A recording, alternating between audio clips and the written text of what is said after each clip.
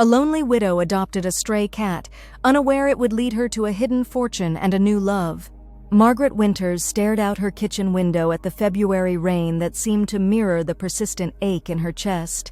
3 years since Robert's passing, and still the silence of the house pressed against her like a physical weight. The grandfather clock in the hallway, Robert's pride and joy, ticked away the seconds of another empty day, its sound no longer comforting but a reminder of how time stretched endlessly before her. The tea kettle whistled, startling her from her thoughts. Outside, something moved in the garden. A flash of orange against the gray backdrop of rain and winter-dead roses. Margaret squinted, pressing closer to the foggy glass. There it was again, an orange tabby cat, thin and soaked, huddled beneath the withered hydrangea bush. "Oh, you poor thing," she whispered, her breath creating a small cloud on the window. Before she could question herself, Margaret was pulling on Robert's old raincoat, still hanging by the door where he'd left it, and stepping into the bitter cold. The coat engulfed her diminished frame, smelling faintly of his aftershave even after all this time. The cat cowered as she approached, its amber eyes wide with fear and something else Margaret recognized all too well: loneliness. "I won't hurt you," she said softly, crouching despite the protest in her knees. She extended her hand slowly, rain soaking through the 2 large sleeves of Robert's coat. "I'm alone too." The cat didn't move, just watched her with wary eyes. Margaret retreated to the house, returning with a small saucer of tuna. She placed it under the minimal shelter of the hydrangea and stepped back. "It's not much of a dinner invitation," she said, "but you're welcome to it." Back inside, Margaret watched through the window as the cat eventually crept to the saucer and began to eat. Something warm unfurled in her chest, the first stirring of a feeling she'd almost forgotten. For 3 days, this became their ritual. Margaret would bring food, retreating to watch from the window as the cat, still cautious, would emerge to eat. On the 4th day, when freezing rain threatened, she left the kitchen door slightly ajar. "Your choice," she told the cat as she placed the food just inside the door. "But it's warmer in here." Margaret busied herself with making tea, careful not to look toward the door. The soft padding of paws on her kitchen tile made her heart leap, but she didn't turn. Only when she heard the gentle sound of lapping did she risk a glance. The cat was skinnier than she'd realized, its once beautiful coat matted and dull. But there was dignity in the way it held itself, even in its desperate state. "I think I'll call you Oliver," she said softly, remembering the orphan from the book who had asked for more. "Oliver Twist." The cat's ears twitched at the sound of her voice but continued eating. Progress, Margaret thought. Small steps forward were still steps. That night, Margaret slept in the center of her bed for the first time since Robert died, no longer clinging to her side, as if preserving his space might somehow preserve him too. She woke to find Oliver curled at the foot of her bed, watching her with those amber eyes that seemed to see straight through to her broken heart. "Well," she said, her voice rough with mourning, "I suppose we've officially met now." Within a week, Oliver had claimed his places in the house, the sunny spot on the living room carpet, the corner of the sofa, and most surprisingly, the chair in Margaret's small home office where Robert used to sit while she paid bills. She hadn't entered that room in nearly 2 years. "Is that where you want to be?" she asked Oliver, standing in the doorway, unable to cross the threshold. The cat blinked slowly at her, then leapt from the chair and wound around her ankles, purring. "All right then," she whispered, taking a single step into the room. Oliver led and Margaret followed, each day venturing further into the office until, 2 weeks after the cat's arrival, she found herself seated at the desk, running her fingers over the smooth wood. Oliver jumped into her lap, purring so loudly it seemed to vibrate through her entire body. "He loved this desk," she told the cat, opening the central drawer where Robert had kept stamps and paperclips and other mundane treasures. It was his grandfather's. He used to joke that her words caught as her fingers brushed against something taped to the underside of the drawer. Frowning, Margaret pulled the drawer all the way out. There, secured with yellowing tape, was an envelope with her name written in Robert's precise handwriting. Her hands trembled so badly she could hardly remove it. Oliver pressed against her, steady and warm as she carefully opened the seal. "My dearest Margaret," the letter began in Robert's familiar script. "If you're reading this, then I'm gone, and you've finally returned to the office. I knew you would, eventually. You're stronger than you believe." Tears blurred her vision as she read his words, written during his final months when he knew the cancer would take him. He spoke of their life together, of his only regret being that he couldn't give her more years. And then at the end, a revelation that stole her breath. The key enclosed opens the safe deposit box at First National. Inside is my final gift to you, not nearly enough for all you've given me, but perhaps enough to help you begin again. Live, my love. The world still has joy to offer you. Margaret stared at the small key that had fallen from the envelope, her mind spinning. Robert had been a careful man, a high school history teacher who budgeted meticulously. What could he possibly have left that required a safe deposit box? The next morning found her at First National Bank, clutching the key and Robert's letter, Oliver's presence still warm in her mind, giving her courage. The bank manager led her to a private room after she presented the key and her identification. "Mrs. Winters," the young woman said with a smile. "We've been expecting you for some time. Your husband was quite specific about the arrangements." Inside the safe deposit box, Margaret found documents, stock certificates, property deeds, and a separate letter explaining everything. Robert, it seemed, had inherited investments from his own grandfather years before they met. He'd kept them separate, growing them quietly alongside their modest shared finances. He didn't want to risk them, the bank manager explained gently. He said his grandfather had lost everything in bad investments once, and he was determined that would never happen to you. The sum was staggering, not a fortune by billionaire standards, but more than enough to transform Margaret's careful existence into one of security and possibility. There were properties, too, a small cottage by the lake where they'd spent their honeymoon, and bizarrely, a storefront in the center of town that had stood empty for years. "I don't understand," Margaret whispered, the papers trembling in her hands. "The letter explains it all," the manager said, discreetly stepping away to give Margaret privacy. Robert's second letter was longer, detailing the investments and his hopes for what Margaret might do with them. The lake cottage was meant to be a retirement home for them both, a dream deferred by his illness. "And the storefront?" Margaret gasped as she read his words. "The bookshop you always dreamed of opening, my love. The one you set aside to help me pursue my teaching career. It's time for your dreams now." Margaret clutched the papers to her chest, tears streaming down her face. Robert had remembered. All those years ago, before children and mortgages and the steady rhythm of their life together, she'd talked about opening a small bookshop, a place of stories and connection, a dream she'd lovingly set aside, never with regret, but never quite forgotten either. The weeks that followed passed in a blur of lawyers, financial advisors, and overwhelming decisions. Margaret moved through it all in a daze, returning home each evening to Oliver, who listened without judgment as she processed each new development. "What would I do with a bookshop now?" she asked him one night as he kneaded her lap, his purring a soothing vibration against her anxiety. "I'm 63 years old, Oliver. People don't start new businesses at 63. Oliver simply blinked at her, then butted his head against her hand until she resumed petting him.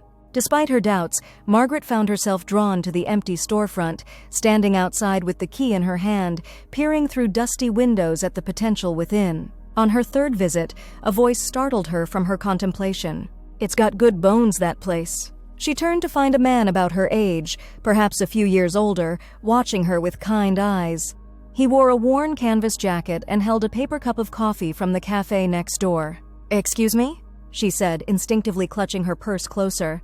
"The building," he clarified, gesturing with his coffee. "Solid construction. I've always thought someone could make something special of it." "How would you know?" The question came out more sharply than she'd intended. His smile was warm, crinkling the corners of his eyes. "I'm Jack Morales. I used to be in construction before I retired. Now I just notice things out of habit." He extended his free hand. Margaret hesitated, then shook it briefly. "Margaret Winters. You thinking of buying it, Mrs. Winters?" She faltered, then straightened her shoulders. "I already own it, actually." His eyebrows rose. "Well now, that's interesting. Any plans?" The directness of his question should have felt intrusive, but somehow it didn't.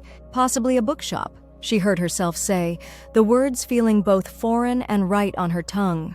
Jack nodded appreciatively. "The town could use a good bookshop." He glanced at his watch. "I've taken up enough of your time. Good luck with your venture, Mrs. Winters." She watched him walk away, an unfamiliar flutter in her chest that she quickly dismissed. That evening, she told Oliver about the encounter as she fixed his dinner. "He seemed nice," she said, surprised to find herself smiling at the memory. "But a bookshop, Oliver? Am I being ridiculous?" Oliver meowed decisively, as if answering her question. The next day, Margaret returned to the storefront with a notebook, intending to jot down measurements and ideas. She was startled to find Jack outside again, this time with a tape measure in hand. "Mr. Morales," she said, approaching cautiously. "What are you doing?" He had the grace to look slightly embarrassed. "Just professional curiosity. I was thinking about your bookshop idea and wondered about the dimensions." He quickly added, "I should have asked first. My daughter says I need to work on boundaries in retirement." The frankness of his admission made Margaret laugh, a rusty sound she hardly recognized as her own. "Your daughter sounds wise. Too wise sometimes," he agreed with a rueful smile. "I've got 4 kids, all convinced they need to manage their old man now that their mother's gone." The casual mention of his loss created an immediate connection. "How long?" Margaret asked softly. 5 years in April," Jack replied, understanding her question without elaboration. "You?" 3 years last month." They stood in silence, the shared experience of grief forming a bridge between them. "Would you like some help?" Jack finally asked, gesturing to her notebook. "No charge, just a retired guy with too much time on his hands," Margaret surprised herself by accepting. They spent the afternoon exploring the space together, Jack pointing out features she would have missed, Margaret sharing tentative ideas for shelving and reading nooks. His enthusiasm was contagious, his expertise valuable. "You should see the place properly," she found herself saying as they prepared to leave. "I mean in daylight without all the dust. I could bring the key tomorrow? Maybe around 10? The invitation hung between them, weighted with possibility. Jack's smile was gentle, understanding. "I'd like that very much, Margaret." That night, as Oliver curled against her side, Margaret realized she was looking forward to tomorrow for the first time in years. The thought both frightened and exhilarated her. Jack arrived the next morning with coffee for them both and a small paper bag. "Scones from the cafe," he explained. "Their blueberry is incredible." They spent the morning examining the space in detail, Jack making notes about necessary repairs, while Margaret's vision for the bookshop grew clearer with each passing hour. By unspoken agreement, they broke for lunch at the cafe next door. "Tell me about your husband," Jack said after they'd ordered, leaning back in his chair with a comfort that somehow extended to Margaret as well. "Robert was a history teacher," she began hesitantly, surprised to find the words didn't stick in her throat as they once had. "He loved his students, loved sharing stories from the past." She found herself telling Jack about Robert's passion for teaching, his quiet humor, the small kindnesses that had defined their marriage. "And the bookshop?" Jack asked. "Was that his idea?" Margaret shook her head, then explained about the hidden letter, the unexpected inheritance, Robert's final gift. "It was my dream, long ago." He remembered all those years. "He sounds like a good man," Jack said simply. "He was." She took a breath. "What about your wife?" Jack's face softened. Elena was a force of nature. Kindergarten teacher for 30 years. She could quiet a room of 5-year-olds with just a look. His eyes crinkled with fondness. "We met when I was renovating her classroom after a flood. She supervised every nail I hammered."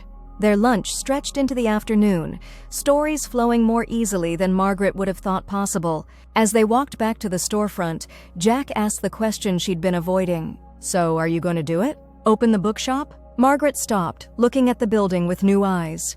"I think I am," she said, the decision crystallizing as she spoke. "It terrifies me, but yes."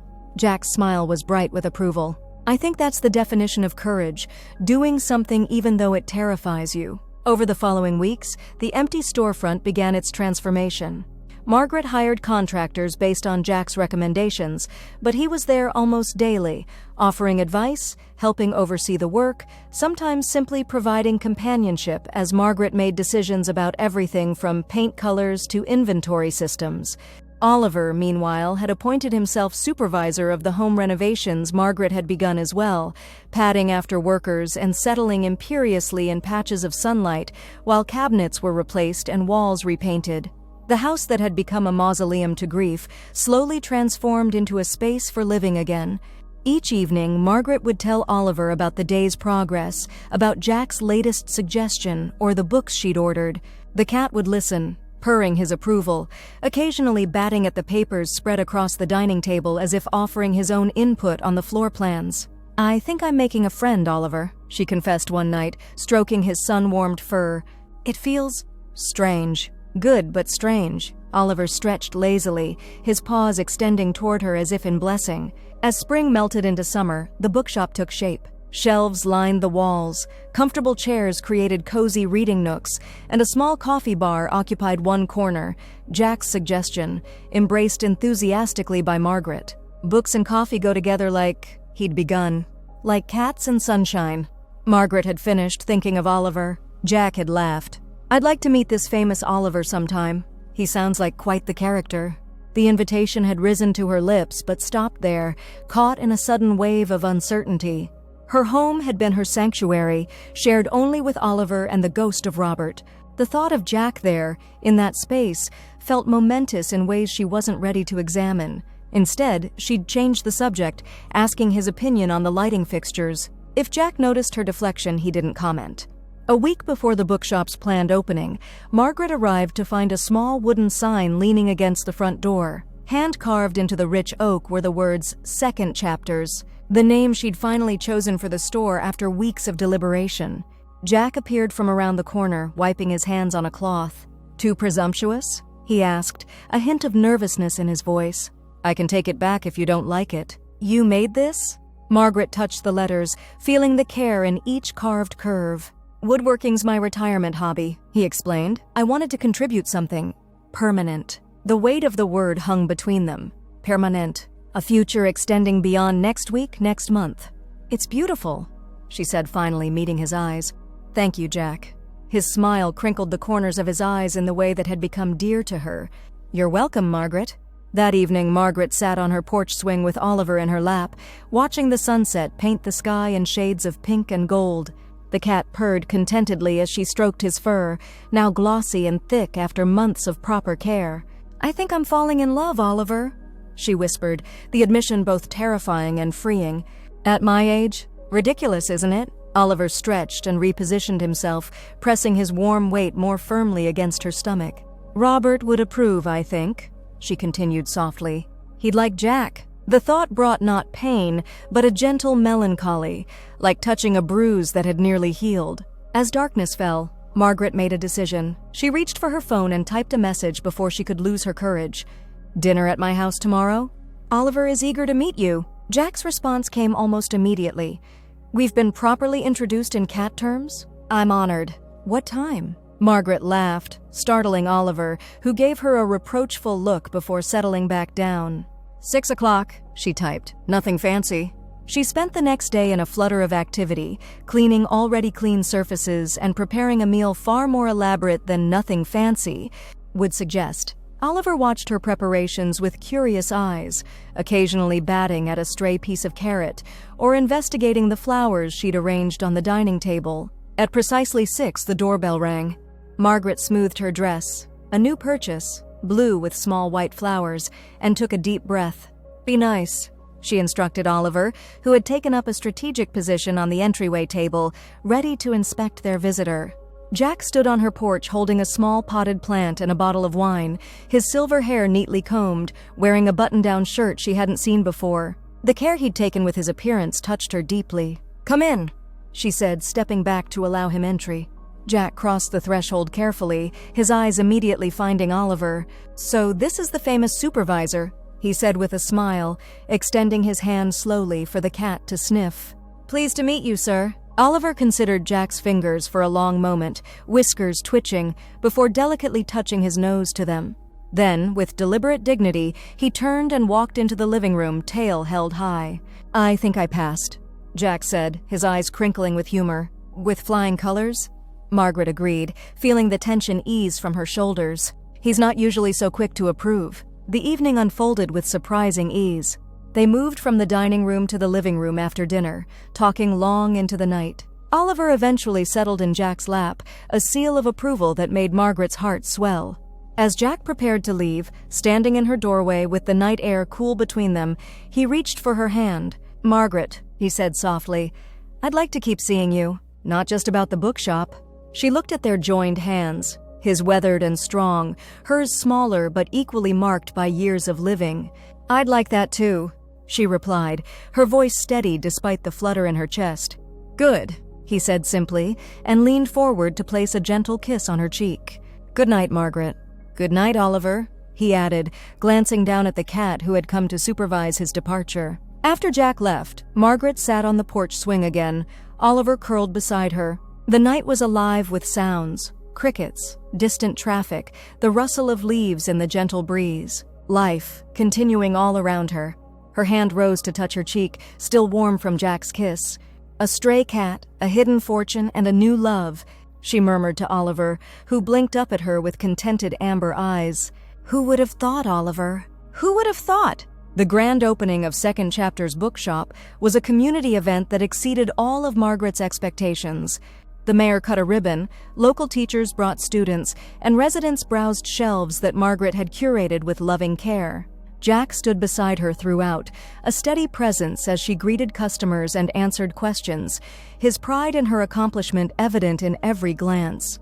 Late that afternoon, as the initial rush subsided, Jack found Margaret in a quiet corner, straightening a display of classic novels. "You did it," he said softly. "Look around, Margaret. You created this."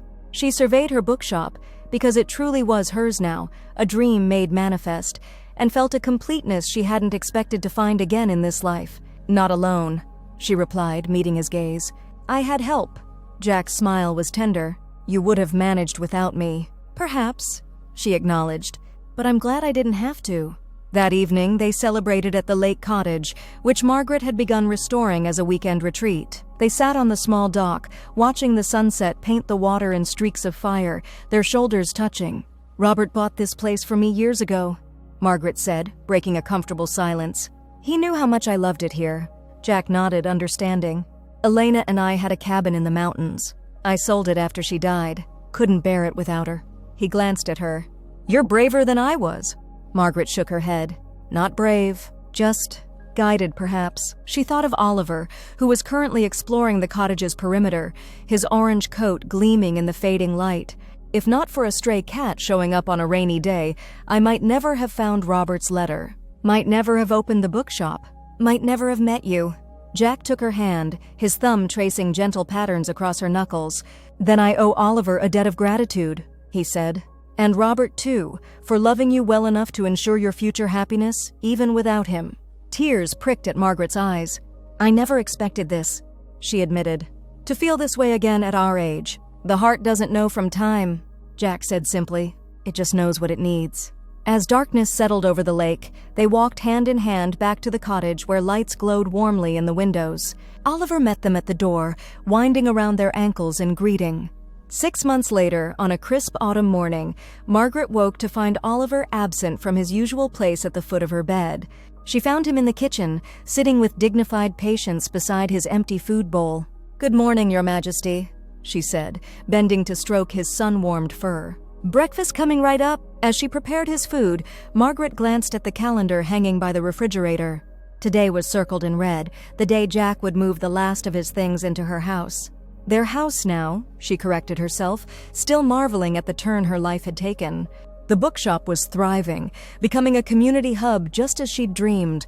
Jack had carved bookcases for a new children's section, spending hours with her selecting just the right titles to fill them. Her stepchildren, because that's how she'd come to think of Jack's grown children, had welcomed her warmly, grateful for the joy she'd brought back into their father's life. Oliver, for his part, had adjusted to Jack's presence with his usual feline grace, sometimes even preferring Jack's lap to hers in the evenings as they sat reading by the fire. As if summoned by her thoughts, the front door opened, and Jack's familiar footsteps sounded in the hallway. They'd exchanged keys weeks ago, another step in their steadily unfolding future together. "There's my favorite literary power couple," Jack announced, appearing in the kitchen doorway with a bakery box in one hand and coffee in the other. He bent to kiss Margaret, then scratched Oliver behind the ears. "And how's the matchmaker this morning?" Margaret laughed, accepting the coffee gratefully. "Demanding breakfast and completely unaware of his pivotal role in our love story." Jack set the bakery box on the counter and wrapped his arms around her waist, pulling her close. At 67 and 65 respectively, they were long past the desperate passion of youth, but the tender intimacy they'd found was, Margaret thought, all the more precious for the years of loneliness that had preceded it.